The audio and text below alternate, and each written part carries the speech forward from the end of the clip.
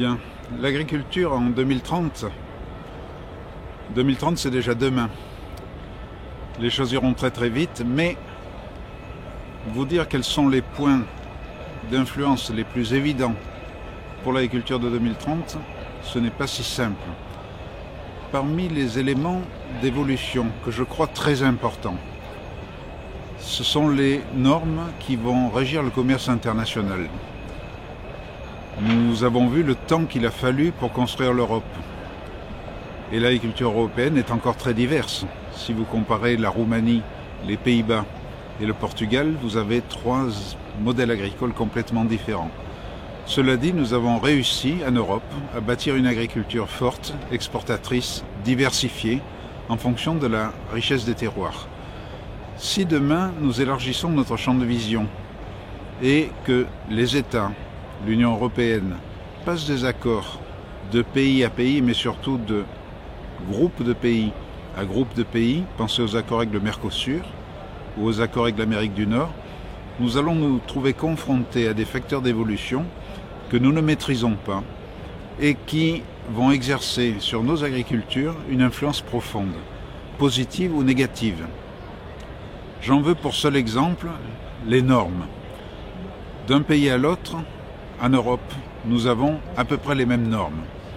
En général, lorsqu'une norme européenne existe, la plupart des pays de l'Union s'efforcent de coller à cette norme.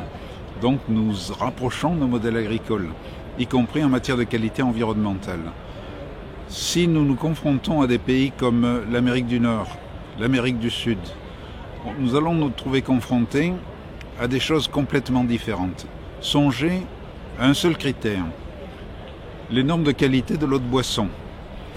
Si l'on considère pas seulement les nitrates, mais les pesticides par exemple, nous avons en Europe une norme unique, européenne, bâtie sur des visions politiques de qualité, pour faire simple. Cette norme unique pesticide est de 0,1 microgramme par litre. Pour l'atrazine, nous sommes arrivés, non sans mal, à faire baisser le niveau de contamination des eaux, et bien souvent, nous respectons la norme. Si vous regardez la situation en Amérique du Nord, par exemple, il ne s'appuie pas sur une norme de politique de qualité. Il s'appuie sur les normes de l'OMS, qui sont basées sur des considérations toxicologiques. Or, pour une substance comme l'atrazine, il y a un écart de 1 à 200 entre la norme européenne, qui est excessivement sévère, très stricte, et la norme de l'OMS basée sur des considérations toxicologiques. Donc, cela influence profondément la manière de travailler des agriculteurs et le modèle agricole qui en découle. Si demain nous ouvrons nos frontières, si nous ouvrons les échanges largement, sans tenir compte ou en ne tenant pas compte suffisamment de ces différences de normes, nous allons profondément chambarder notre système de production et les Américains trouveront nos normes trop strictes, ne voudront pas les appliquer et nous-mêmes ne voudrons pas revenir en arrière et appliquer les normes qui ont cours en Amérique du Nord. Donc cet élément norme est très important à considérer si l'on veut imaginer ce que sera l'agriculture européenne, française, en 2030.